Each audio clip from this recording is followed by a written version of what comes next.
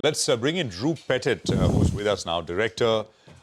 He's with, of course, Citi right now, and he's joining us now. Drew, great to have you with us here. Thank you very much for joining us. Just a quick word, Drew, on this entire U.S. bond markets and what they're telling us. Even after last night's big intraday reversal, U.S. long-end yields are about 15 basis points higher in the week. And they're about, in the month of May, I mean, if you take, say, for example, the 10-year, it's up some 50 basis points. So it's crept up to a fairly high level. The question really is, when does it start to hurt equity markets? Honestly, short term, it's probably not hurting them because we're coming off such a low level of sentiment after Liberation Day. So we got some momentum after we put it in a bottom. We saw a moratorium on tariffs. That really helped sentiment improve. All good, but honestly, that's short term. Long term, I think yields are already denting what fair value for the S&P could be. Honestly, what we've seen in the last couple of weeks, yes, long end rates are a big part of this story.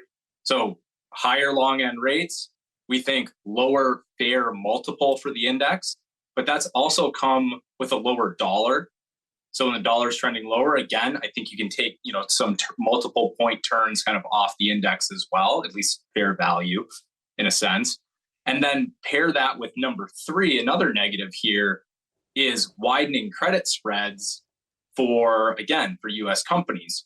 So higher treasury rates, a lower dollar, and higher U.S. credit spreads all sets us up to a point where we think the high end of kind of fair value for the S&P 500 has moved from 24 times, justifying where we're trading at today, to something closer to 22 times. So we think the valuation pressure is already starting to creep in here because of the rate moves and the other macro moves that have been associated with it. And 22 times translates to what at an index level, Drew? So right now, the index is trading at 24 times, closer to 24 times. So 22 times, again, you're probably taking off, let's call it, maybe 500 points on the index of fair value. Okay, so closer to maybe 5,300 on the S&P 500, I suppose. But then valuations are only one part of it. So many other things that go into making up the market's mind, right? Drew, on bonds and really what's going on. Last time, you remember, the US president did listen to the bond market. That's when the 90-day pause happened on tariffs. Remember, the yields were spiking higher, and then everybody was saying the bond market forced the president's hand. But I don't know, because this bill is passing through. Apparently, it's going to blow up the deficit by some $3 to $5 billion for the U.S. $1 trillion, beg your pardon, for the U.S. Billion is nothing. Billion is nothing. Billion is like pocket change. That's true.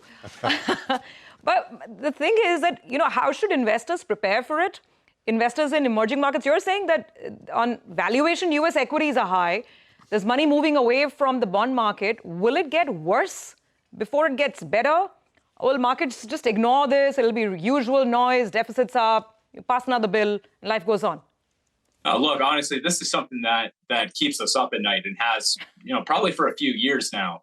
So yeah, two things that keep me up at night: interest rates and my two kids. But honestly, this is something that does matter and will matter more the higher rates move. So right now, again, we're uncomfortable with valuation, but what we still have in the background is a whole bunch of really exceptional growth stocks in the United States that you can still buy. So I love that intro in that question. Valuation is only one part of the story. As long as we have secular growth in the United States, there are still some assets in the equity markets you want to buy. Honestly, this is why our pitch has really changed from thinking about index direction, because it has been messy when it comes to headlines and news flow. But what has not been messy is we still have conviction in growth stocks. We still like the NASDAQ over US small cap. We still like tech, excluding kind of the tech hardware names that are very tariff exposed. We like the communications names, again, secular growth stories. So growth to us is defensive, and it's a great way to fight back against valuation because you can grow that E into the higher multiple. So again, broadly, maybe the S&P needs to, back up a little bit and consolidate after a big run. But the growth stories in the U.S. are still there. It's still worth owning. But Drew, only in U.S. tech, right? Just, quick follow-up, 10 seconds. But you're saying growth, it's a very narrow market then that we're talking about for the next couple of months? At least, fundamentally, yeah, you're right.